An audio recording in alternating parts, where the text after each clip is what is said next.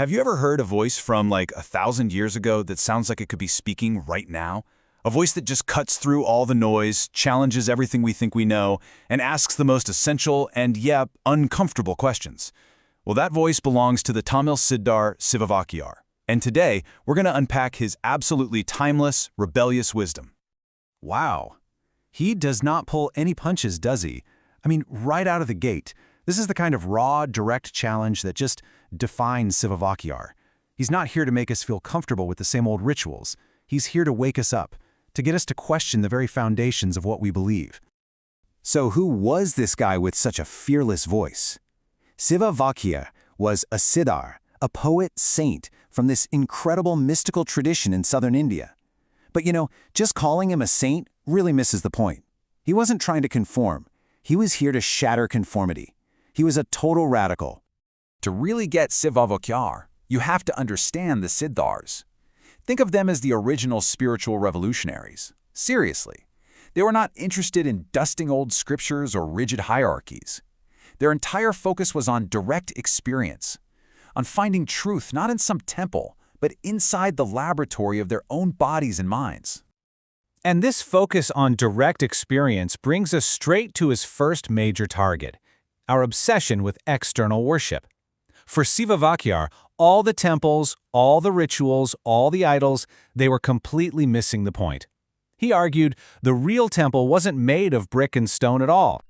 And just look at the contrast here. It's so clear. On one side, you've got all the external stuff we're so familiar with, right? Worshipping stone idols, chanting verses you might not even understand, performing rituals. But on the other side, he points us inward. The real spiritual work, he says, is to truly know yourself, to actually melt your own heart, is to realize the divine light you're searching for isn't out there, it's already shining inside of you. This is where he turns our own logic against us. It's such a brilliant question. He's basically asking, look, if you can believe that a divine presence can live in a stone idol that you carved with your own hands, why is it so hard to believe that same presence is already inside of you, the one who had the idea in the first place? You can almost hear the biting sarcasm in his voice, can't you? He calls people who just blindly follow rituals fools, and then hits them with this devastatingly simple question. Did the source of all existence, the original being, need to perform a ritual to itself? It's just a philosophical mic drop. It totally exposes the absurdity of mindless ritualism. Makes you wonder what he'd say about some of our modern behaviors, huh? But this radical questioning didn't just stop at the temple gates. Oh no. Sivavakyar turned that exact same fierce logic to the structure of society itself. And if you thought he was a radical on religion, well, he was an absolute revolutionary when it came to his next target, the caste system. This is just astonishingly modern. He completely dismantles social hierarchy by appealing to fundamental truths.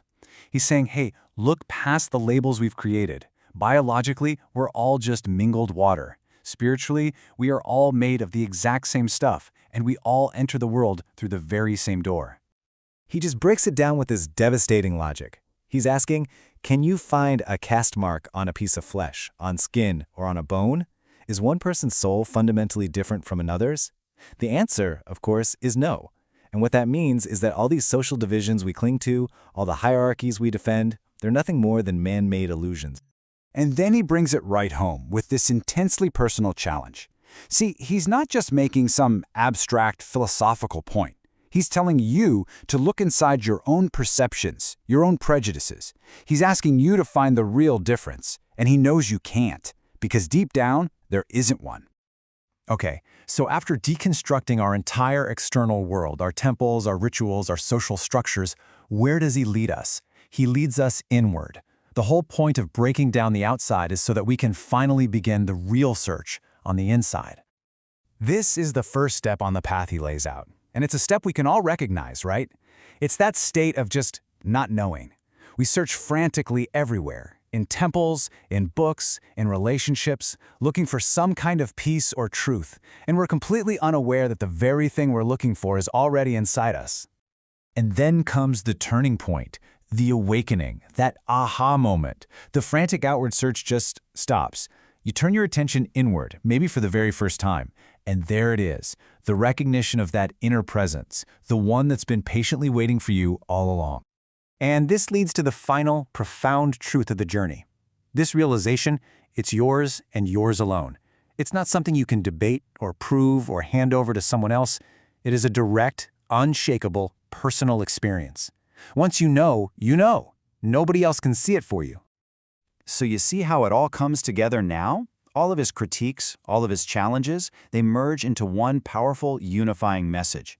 He tore down all those external structures just to show us what truly matters. This is really Sivavakyar's ultimate thesis statement. He calls the idea that God is some distant thing a story told by lazy people, those who don't want to do the real inner work.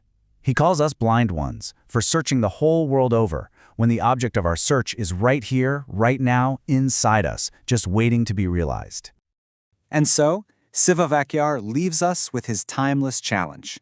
After hearing his words, after seeing how he dismantled every single external hiding place, the question lands squarely back on us.